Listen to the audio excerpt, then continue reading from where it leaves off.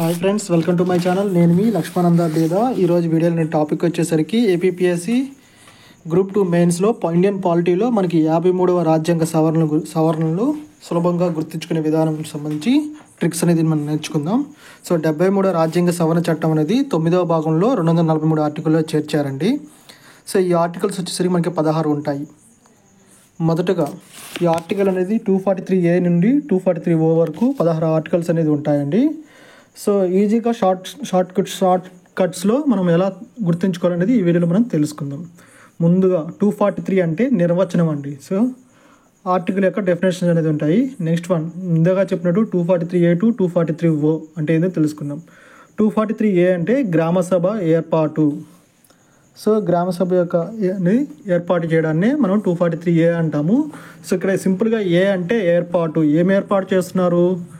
73వ రాజ్యాంగం ప్రకారం పంచాయతీల్లో మనకి గ్రామసభ అనేది ఏర్పాటు అనేది చేస్తుంటారు. Next one 243B.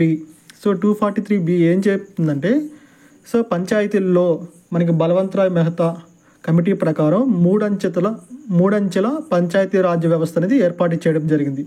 సో దీన్ని సింపుల్గా పెట్టుకోవడానికి 243B అంటే బిల్డ్ 3 floors. అంటే ఈ 3 floors అంటే ఏంటంటే 3 అంచెల పంచాయతీరాజ్ వ్యవస్థ. అదేవిధంగా సో మీరు బిల్డ్ 3 floors ఈజీగా గుర్తుపెట్టుకోవచ్చు. లేదంటే బి అంటే బిస్కెట్. సో బిస్కెట్ వచ్చేసరికి మనకి క్రీమ్ బిస్కెట్ అనుకుందామండి. సో క్రీమ్ బిస్కెట్ మనకి ఎలా ఉంటుంది? 3 layers ఉంటుంది. ఫస్ట్ కింద డౌన్లో ఒక లేయర్ ఉండి, మధ్యలో క్రీమ్ సెకండ్ లేయర్ ఉంటుంది, పైన మళ్ళీ బిస్కెట్ ఉంటుంది. అంటే మొత్తం 3 layers. ఇక్కడ 3 layers అంటే ఏంటంటే 3 అంచెల పంచాయతీరాజ్ వ్యవస్థని.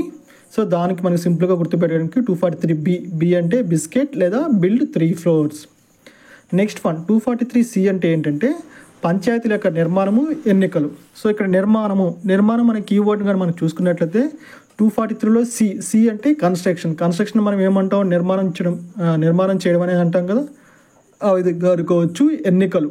సో ఎన్నికలు చూద్దామండి, ఎన్నికల్ని మనం చూద్దాం. సో సి అంటే సీదా ఎలక్షన్స్. అంటే మనం ఏం చూస్తాం? ఎన్నికల్ని చూస్తామండి.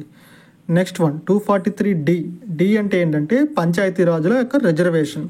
సో రిజర్వేషన్స్ మీద సాధారణంగా సభ్యులకి డౌట్స్ ఉంటుందండి. సో అందుకోసం మనం ఏం చేస్తామంటే డౌట్ ఆన్ రిజర్వేషన్స్.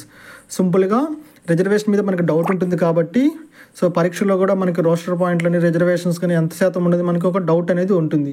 సో అందులో భాగంగా పంచాయతీల్లో కూడా మనకి ఎలక్షన్ జరిగేటప్పుడు ఏ రిజర్వేషన్ ప్రకారం ఇచ్చారు సీట్లు అలాట్ చేశారు అనేది మనకి డౌట్ ఉంటుంది కాబట్టి సో ఇక్కడ 243D అంటే ఏంటంటే డౌట్ ఆన్ రిజర్వేషన్. సో ఇక్కడ రిజర్వేషన్ ఎవరికి ఉంటాయంటే మనకి దళిత్స్కి, ట్రైబ్స్కి, అదేవిధంగా బీసీలు కూడా ఉంటాయి కాబట్టి డిటి లేదా మనం డిటీని ఏమనుకోవచ్చు అంటే సో రిజర్వేషన్ మనకి డిటి సింపుల్గా డిప్యూటీ తహసీల్దార్ పోస్ట్కి మనకి రిజర్వేషన్స్ ఏమున్నాయి, రిజర్వేషన్ ఎన్ని పోస్టులు ఉన్నాయి అనే విధంగా కూడా గుర్తుపెట్టుకోవచ్చు. నెక్స్ట్ వన్ 243E అంటే పంచాయతీ యొక్క కాల పరిమితి. ఎంతకాలం ఉంటుందండి పంచాయతీ కాల పరిమితి? 5 years ఉంటుంది. సో ఇక్కడ అంటే ఏంటంటే ఎంత పదవీ కాలం అని అర్థం అండి. సో అంటే మనకి ఎంత పదవీ కాలం, కాల పరిమితి అని అర్థం. ఈజీగా గుర్తుపెట్టుకోవచ్చు అండి. నెక్స్ట్ వన్ 243F అంటే ఏంటంటే పంచాయతీ సభ్యుల యొక్క అనర్హతలను డిసైడ్ చేస్తుందండి. సో పంచాయతీ సభ్యులు ఇక్కడ ఎప్పుడు అనర్హతకు గురవుతారు? ఏదైనా మిస్టేక్స్ చేసినప్పుడు లేదా ఏదైనా ఫేక్ ఇన్ఫర్మేషన్ అనేది పెట్టినప్పుడు. సో ఇక్కడ F అంటే ఏంటంటే ఫేక్ ఇన్ఫర్మేషన్. సో తప్పుడు సమాచారం ఎలక్షన్ అఫిడవిట్లో రూపొందించినప్పుడు పెట్టినప్పుడు మనకి పంచాయతీ సభ్యుల్ని అనర్హతకి గురి చేస్తారు. లేదా F అంటే ఫాల్ట్, ఏదైనా మిస్టేక్స్ చేసినప్పుడు కూడా.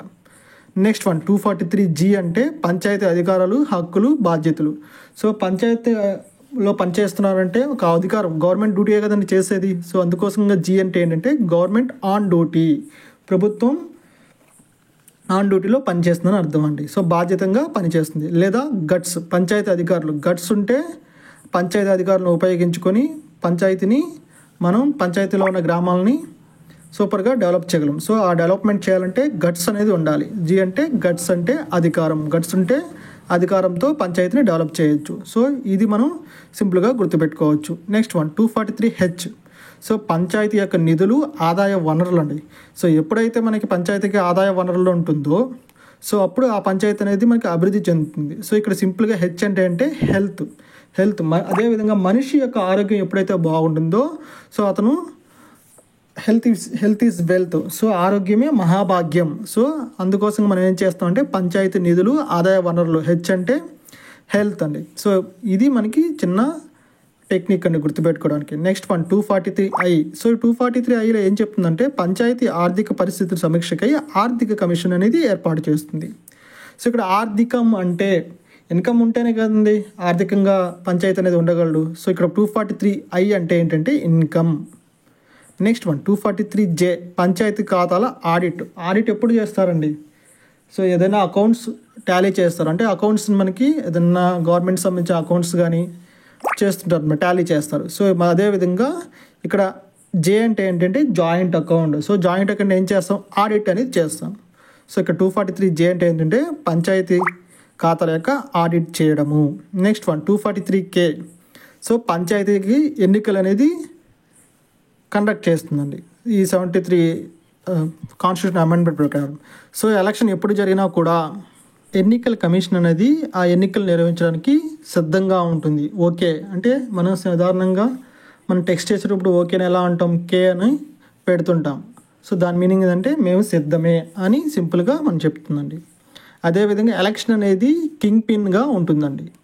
నెక్స్ట్ వన్ 243L కేంద్ర పాలిత ప్రాంతాలకు అన్వయింపు.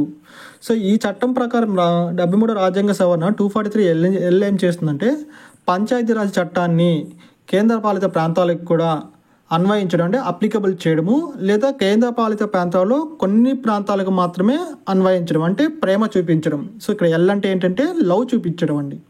సో ఇక్కడ 243L అంటే కేంద్ర ప్రాంతాలకు అన్వయింపని సింపుల్గా మనం గుర్తుపెట్టుకోవాలి. Next one 243M. సో ఈ పంచాయతీరాజ్ చట్టం కొన్ని ప్రాంతాలకు మినహాయింపు. సో కొన్ని ప్రాంతాలకు ఏం చేస్తుందంటే కొన్ని ప్రత్యేకమైన ఎగ్జామ్షన్స్ అనేది ఇస్తుంది, మినహాయింపులు ఇస్తుంది. సో ఇక్కడ 243M, ఎం అంటే మినహాయింపులు, సింపుల్గా గుర్తుపెట్టుకోండి. నెక్స్ట్ వన్ 243N పూర్వ శాసనములు మరియు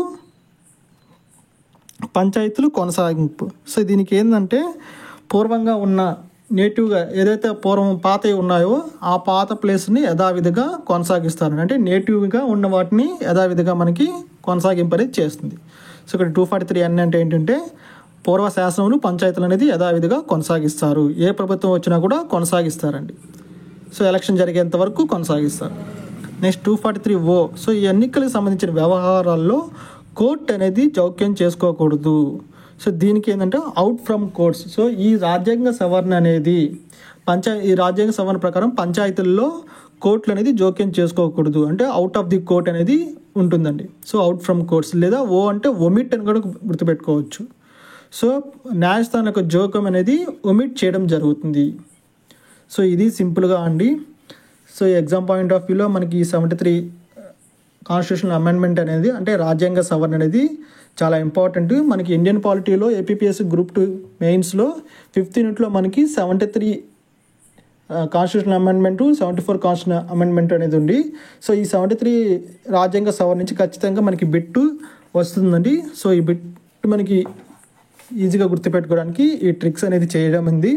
సో ఇది కానీ మీకు కానీ నచ్చినట్లయితే సో మరికొంత వ్యక్తులకి షేర్ చేయండి. సో అదేవిధంగా మన ఛానల్ని సపోర్ట్ చేయండి, మన ఛానల్ కూడా సబ్స్క్రైబ్ చేసుకోండి. ధన్యవాదములు.